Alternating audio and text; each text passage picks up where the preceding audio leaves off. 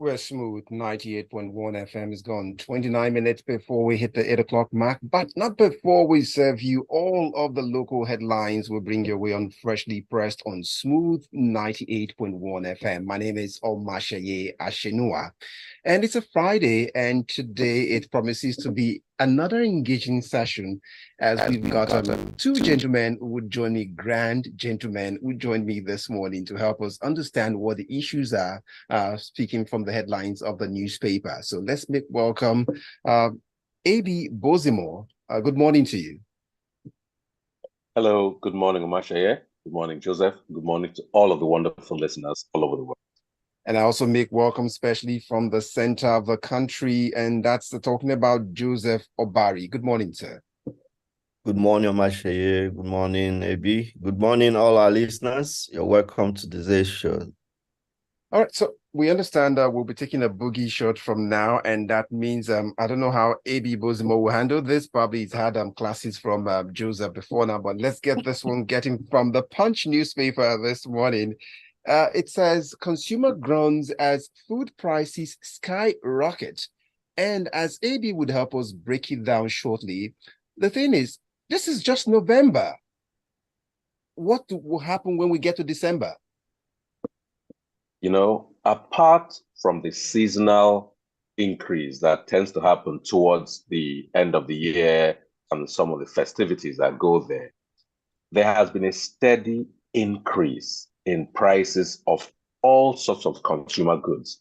But consumer goods and food are not isolated. When every other thing in an economy is rising, you can't expect food prices to be stable. I saw part of the story that said one of the consumers being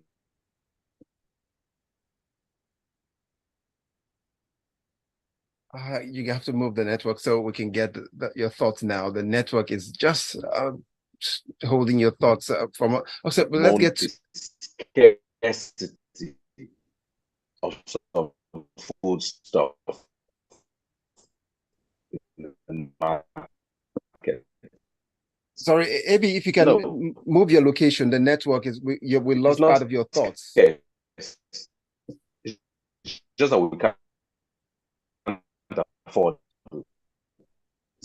There is, if you go Hello, to the market, hello, there's AB, a fair amount of food scattered around. AB, just a moment, please.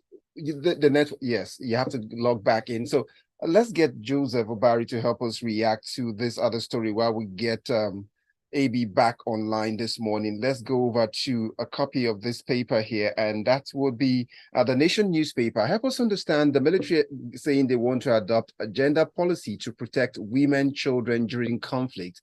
Why is this a sudden, or it's always been there, they've never followed it? Yeah, from the report, it's obvious that they have always done so. It's a requirement of the United Nations that the military pay attention to gender mainstreaming. This involves they are consciously protecting the interests of vulnerable groups. Can you hear me? Yes, we can. Go ahead. Okay. The vulnerable group, the women and children during conflicts, that's in the theater of war itself, that they are paying attention to this category of people and protecting them during conflict. And also in participation in military operations, there is conscious effort in bringing women into the theater of war. So it means that you're recruiting more women into your operations, and you are assigning them responsibilities in conflict resolution zones. And Nigerian military is actually had a bragging to say that they've done more than the requirements of the United Nations as far as women mainstreaming women in their foreign operations. Yeah, but this is just one of those things, and it's a deeper story in the sense that you're getting women. People believe women are more empathic. They are more able to they have a resilience. They're able to connect in those conflicts and be able to deal with situations that confront victims of war. So that's what the military is consciously doing. That's what they're conscious. So I would like you to also link that to a second story where the first lady of the country is making a case for more recruitment. So it seemed like you were more like not a gecko on the wall, sort of, when this case was made, because you just alluded to that fact now. So speak to us about this recruitment. Yeah, the first lady was also who was speaking at that event, represented by the wife of the vice president, Nana Shetima, was calling on our military to increase the recruitment of women into our armed forces. It's good to always see. I mean, almost around the world, you see quite a number of units of women who are actually well trained. In fact, we know Gaddafi's women those days who were his bodyguards. I mean, famous. Remind me of them again. Just remind me. Tall, looking huge, intimidating. Top well-trained women. And back in history, we've had known women who have led military operations. I mean, in Benin Republic, in Zaria, and all that. So we've got women who've shown that they can actually handle their own in conflicts and so on. So it's not out of place. It's not only in terms of addressing unemployment, but also that softer part of military operation, intelligence gathering, being able to take care of people when there is conflict, and being able to negotiations, particularly they should be trained in those things.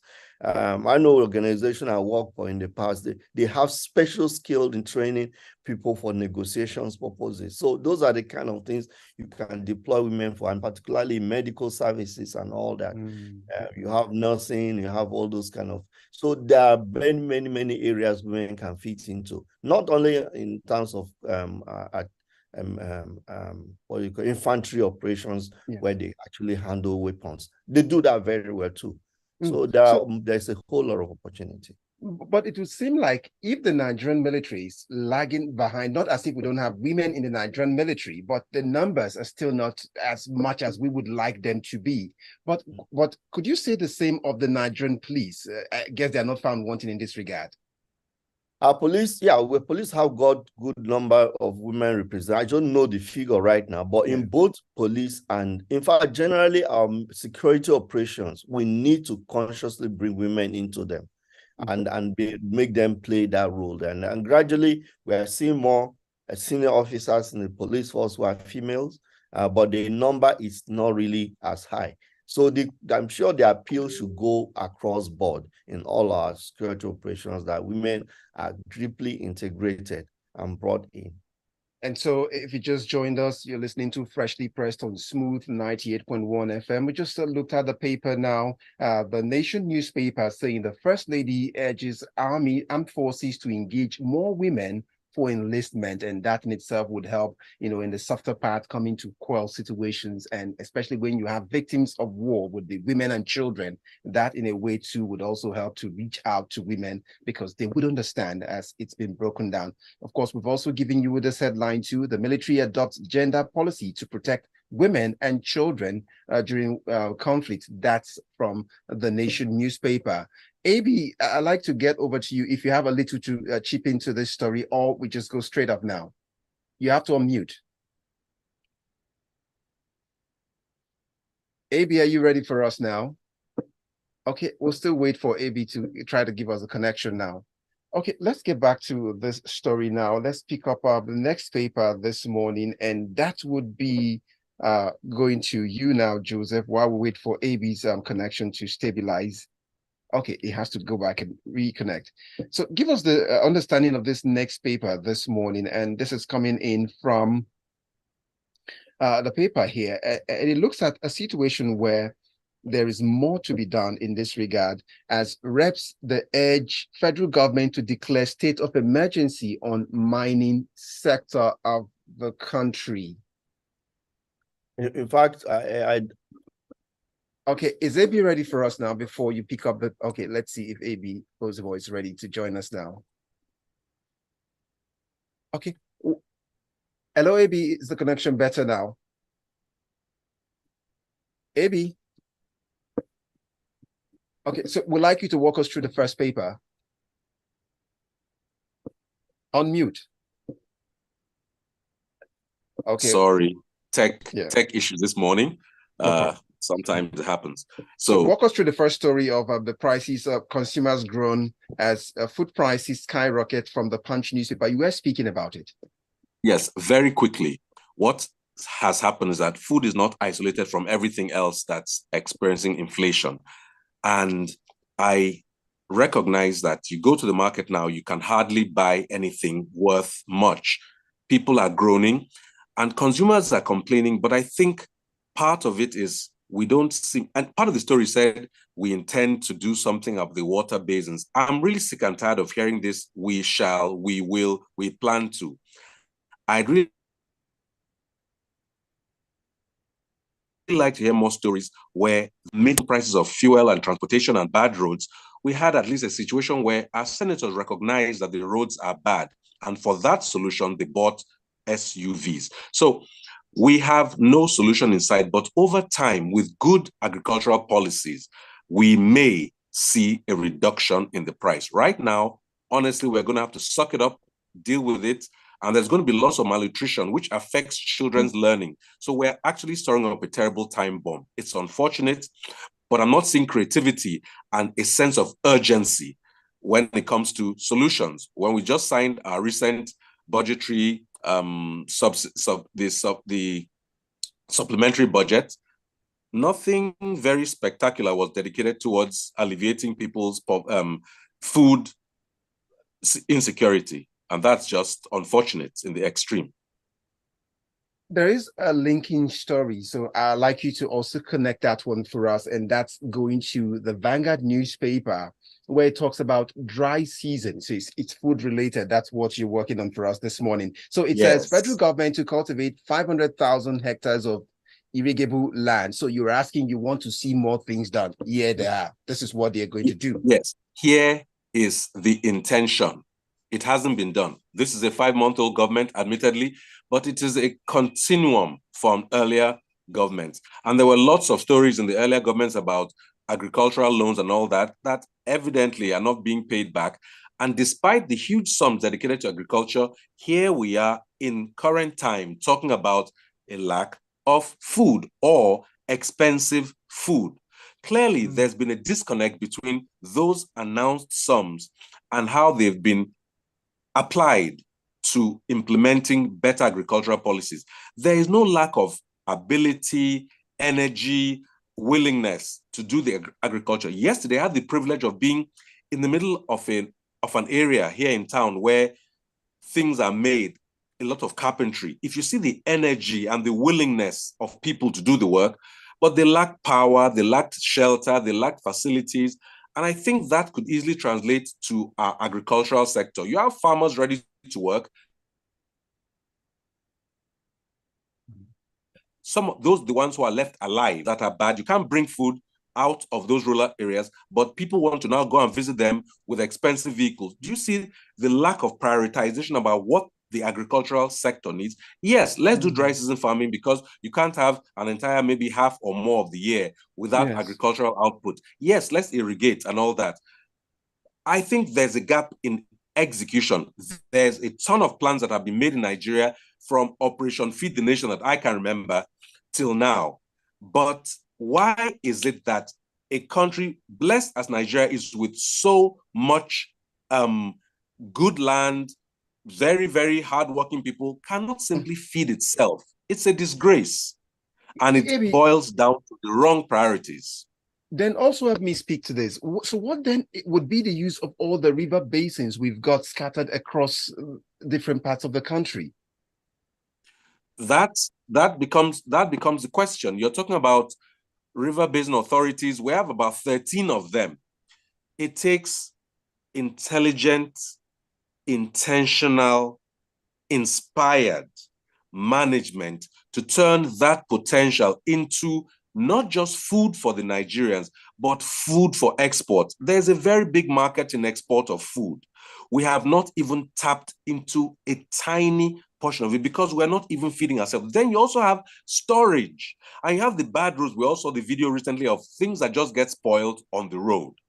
That particular stretch of road has been improved slightly, but I guess that's symptomatic across the country. There are other places that were not on videos that are also suffering from delays in food supply. Agriculture chain is very vast, very wide. You have to get every part of it right, and then you can reap the benefits.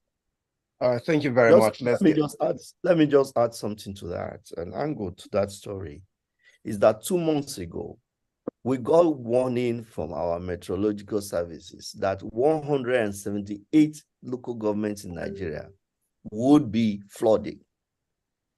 And most of those places are actually along the banks of the rivers that these basin authorities actually administer.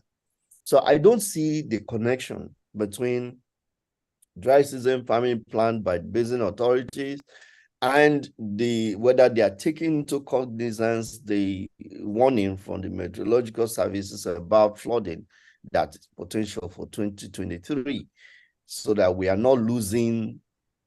I don't know the connection there. Okay, so maybe you want to chime in a bit before we That's move away just from the story. As he mentioned it was actually in the story. When we're talking about dry season farming, there's a season of the year where there's too much water, also known as flooding. So we haven't talked about dredging those waterways to prevent that flooding. We haven't talked of those other things that are part of agriculture. You can have irrigation that is 3 meters deep, i.e., the height of a building. That's not irrigation, that's flooding. So you need much more. We have the meteorological services, we have the engineers, we have all sorts of agricultural specialists.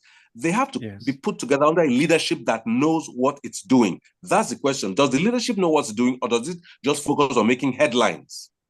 Oh, okay. So Joseph Obari, I'll get to you shortly, but I need to quickly connect with the listener to know how they can get their thoughts onto the headlines so far we've been treating. And so you can be part of this conversation. You know, it's very important we get your thoughts and reaction to the headlines we're serving you on Freshly Pressed this morning. So get them across to 0809-444-0981 will be where we like to read all the messages. Just keep them coming. I see a few of them already. So let's get to the Daily Trust newspaper, Joseph. This one tells me that reps urge federal government to declare state of emergency on the mining sector of the country. That sector, Joseph, it seemed like one sector that is bleeding and we can't stop this hemorrhage. Talk to us about if this time they would heed to this call and there will be action we can see. I don't know how anybody needs to persuade our government to recognize the direct link between criminality, banditry, and internationally organized crime, and the pillaging of our solid minerals. This country is blessed with so much solid mineral, but there are gangs collaborating with Nigeria who are stealing the wealth of this nation right under our noses, in some cases suspectedly with the connivance of even leaders of this country. If you go to places like Zamfara and so on, what goes on there is actually heartbreaking. Local people are recruited at a pittance to carry out dangerous work. We know the story of what the diamond in Sierra Leone and all those places. What is happening in Nigeria is on that scale. There are criminal gangs funded by foreign funding that are actually behind what is going on. So, yeah, as is usually the method applied everywhere else. You create conflicts as a cover for you to carry out these crimes, stealing and going on. So our government needs to be, conscious effort has to be made in looking at this security angle of that thing. So it's very apt when a representative comes out and says they should declare a state of emergency in their area. But it's the roadmap. Often it's not just this mountain and saying so. It's a roadmap to this realization that should be critical to us. How strategically are we looking at all these things and being able to address them? So there are two angles to this story: harnessing our solid minerals, to benefit the people. I listened to the Minister of Solid Minerals speak, and he's so very intelligent. But then, of course, how is that translating to revenue to the country? Then the second part is that security angle.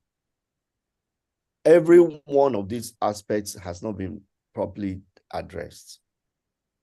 So the call is very, because just this morning I was looking at a story that South Africa is deploying its military to curb illegal mining in that country. So that feeds back home to the same thing we are facing. But for us, see the multiple phases of insecurity they have to face, then you take them away. So isn't that overwhelming for our security forces? The more reason why we talked about recruitment, the more reason why we talk about proper funding of the military and so on. And of course, dealing with corruption, even in the armed forces, because sometimes the funds that goes into the armed forces are not deployed where they should go. So you have all the hydra-headed issues to deal with here, because if you can't tackle the corruption, no matter how much you put in there, it just goes as like putting water in basket. So that the crucial thing is that it has to be holistically addressed. Otherwise, you're not achieving anything. All right, that looks like a fine place to go over now to the Punch newspaper. And AB, please help us make sense of this, because it's, well, Asha would say there's fire on the mountain and nobody seemed to be on the run. But luckily for those in your state, now these people who would run to put out the fires, they call them pano. So for them, they're saying, the paper reports here from the Punch says, or your firefighters plan to strike over attacks and hazard allowance. Why should the populace attack firefighters if they want to come and help put out fire? You know, I read this story with a deep sense of sadness, and I'll tell you why. In certain climes, firefighters are seen correctly as heroes because they tend to run toward danger when everybody else is running away. In the course of my education, we were taught about fire, its hazards, fire safety, and it's essential in any design to ensure that you provide ways for people to A, be safe within the structure during fire, and B, to escape from it safely. So fire, hazards, and safety are central to the built environment. Now they're talking about oil firefighters, saying that they run to help put out fires and people attack them. There are issues. One is education. How on earth would the populace be so denuded of good behavior that they'll attack their would-be helpers? Two, why do they say they attack? They come sometimes when they run out of water. This goes to the planning. How on earth is a market, which is a collection of variety of people with variety of items, going to exist without proper planning for firefighting? I know some markets just sprung up organically at the corner of the road, but by the time you see, the planning authorities in every city must put in place the way and means to make sure that the people who come there and who work there are safe. So they go there, and then one item, which is almost a throwaway, but is so painful, is that they say they have a hazard allowance as firefighters of 50 naira, 50 whole Nigerian naira, complete Nigerian naira, which cannot buy 2 of those sweets, any sweet of your brand. 2 sweets is what they put their lives. And then at a recent event, the people attacked them to the extent that some of them were brutalized, hospitalized, and one is still off duty in an orthopedic, so maybe they broke a bone. First of all, that level of savagery should be prosecuted. I don't care if you are losing your things. First of all, let's sue the right people. Who are the planning authorities that allow sometimes overcrowding, poor facilities? You know, many of our markets, people are running generators side by side. It just goes to the fact that we do not have proper planning in place. And I'm sorry to go back to it, but the priorities of those who are in office, both at the federal and in this case, especially at the state and local government. You know, markets are under the local government. I think Joe can confirm that markets are actually supposed to be under local government authority, not even federal, not certainly state. I mean, there's a measure of it, but the local governments are the ones supposed to have authority over the markets. And when they get into fires like this, people are running to help them. So there's assault. That should be a simple thing to prosecute. There should be proper planning to ensure that these markets are not overcrowded and are properly supplied and serviced. And then last of all, there should be proper education and decency. Understand that the firefighter is your ally and not your enemy. If anything, you should be assisting them to help put out a fire. Then, of course, there's good behavior. Let's take fire safety and prevention very seriously. There should be fire drills. There should be proper operating procedures at the close of market. How should you keep your things on, off, and all that? I just think it's very unfortunate. Their hazard allowance must be made better. You cannot have them at risk, trying to help us. Okay, so from what we're looking at, Joseph and AB, is it agreed on this table now that 50 naira is a no for an hazard allowance? Absolutely not.